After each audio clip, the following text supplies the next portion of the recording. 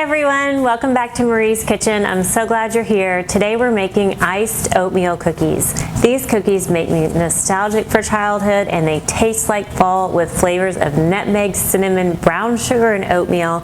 And we are adding a secret ingredient to that which adds an extra layer of flavor. We're using brown butter. If you've never made it, it's so easy to make. I'll show you how. It just takes a few minutes and it adds this wonderful depth.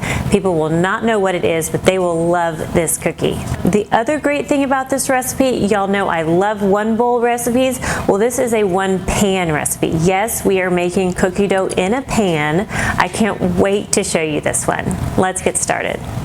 Real quick, let's run through the ingredients. To start, we'll use 2 sticks or 1 cup unsalted butter, 1 cup brown sugar, 1/2 cup white sugar, 2 tablespoons milk, and 2 teaspoons vanilla extract. For the dry ingredients, we'll use 2 cups flour, 1 teaspoon cinnamon, 1/2 teaspoon nutmeg, 1 teaspoon baking soda, 1/2 teaspoon salt. We'll also need 2 eggs and 2 cups old-fashioned rolled oats. For the icing, it's just powdered sugar and a little milk. So that's all the ingredients. If you'd like to print out the recipe, hop over to my website, mariesaba.com. There you can print out this recipe as well as all my recipes, and if you like, put them in a notebook and create your very own Marie's Kitchen cookbook for free. All right, let's get cooking. All right, the first step for this recipe is to take our old-fashioned rolled oats. We're gonna get 2 cups and put them in a mini food processor, or a regular size food processor, or even a blender would work. What we're gonna do is just pulse those about 10 times just to chop them up a little bit so they're not so huge and bulky in this nice tender cookie.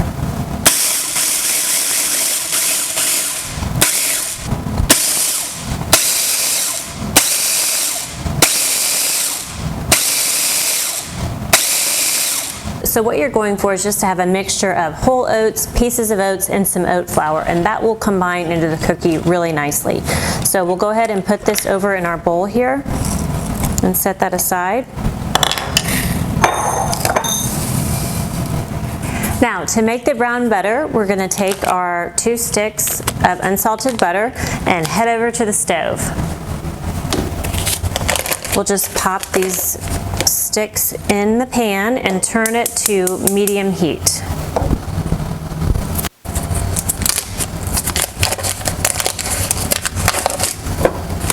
As the butter starts to melt, you'll want to stir it pretty frequently because you want the butter to brown but not burn. Now what's going to happen here is you'll see the milk solids start to separate from the fat in the butter, and then it'll start to kind of foam, and then eventually those milk solids will sink to the bottom, and those are what brown and give this wonderful nutty flavor to the butter. This is so important to watch this process. It's hard to understand just from reading in a recipe, I think, so I'm really glad you're watching today. So we'll see the butter, you see it start to bubble up now, and eventually the milk solids will sink to the bottom, and you'll start to see them turn very light golden. And as soon as that happens, you want to take it off the fire. Okay, I'm starting to see some brown. We're going to let it go for just a few more seconds and then pull this off.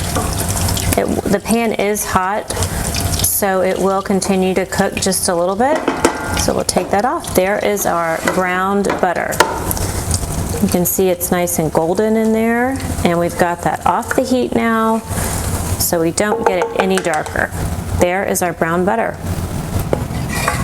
Now to add the other ingredients to this pan. We'll start with our 1 cup brown sugar. Just pour that in. Be careful, you don't want the butter to splash on you. I have also learned that one from experience. Next, we'll add our 1/2 cup white sugar. Pour that right in. Then 2 teaspoons vanilla extract and 2 tablespoons milk. Pour that right in. Then we'll give this a stir and let the sugar melt right into the butter.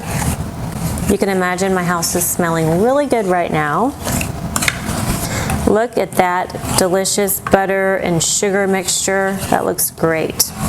So now that's combined. Next step, because the butter in the pan is still a little bit warm, I don't want to add the eggs directly to it yet. That, I'm afraid, will scramble the eggs. So we're going to kind of do it in a backwards way, and we're going to add all the dry ingredients while this is still cooling down. So next step is our 2 cups all-purpose flour. Pour that one right in. Next we'll add our 1 teaspoon cinnamon, 1/2 teaspoon nutmeg, 1 teaspoon baking soda, and 1/2 teaspoon salt. And we'll kind of stir the dry ingredients up a little bit, kind of on the surface here. That'll mix those up a little bit, and then we'll go ahead and stir it into the butter. Now here you don't need to get it completely combined. We're just kind of starting to mix it together.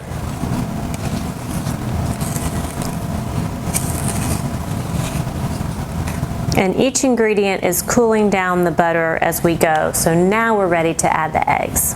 We'll just crack our eggs right into the bowl here.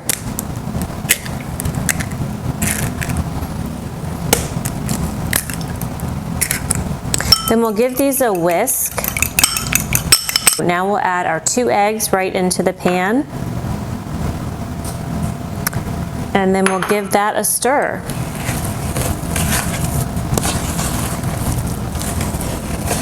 Now we'll add our oats that we pulsed in the food processor. That's 2 cups of old-fashioned oats.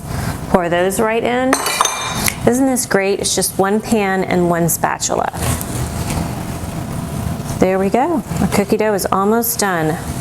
No beaters, no stand mixer, just 1 pan and a spatula. And this incredibly flavorful cookie dough. There we have it. Now we'll grab a pan. We've got our oven preheating to 350 degrees. We're going to line a pan with parchment paper, scoop these out, and they're ready to bake. We'll do them about 2 inches apart because they do spread.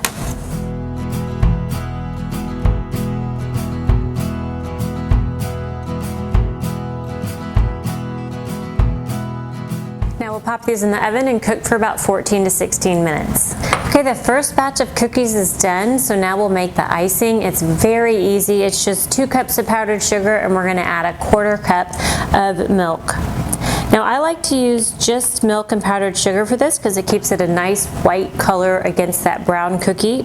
You can add a little vanilla if you like. That will give it a little more of a brown tint though. Okay, that looks great. Super easy. Now we'll move our cookies over here. And they are cool enough. If they're right out of the oven and really warm, the icing will just melt right off. So do let them cool a little bit.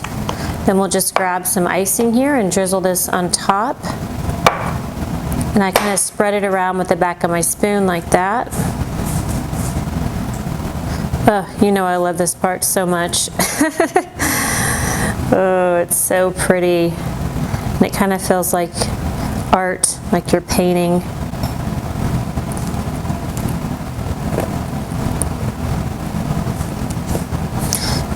I love how kind of messy these look. I love homemade, I love rustic.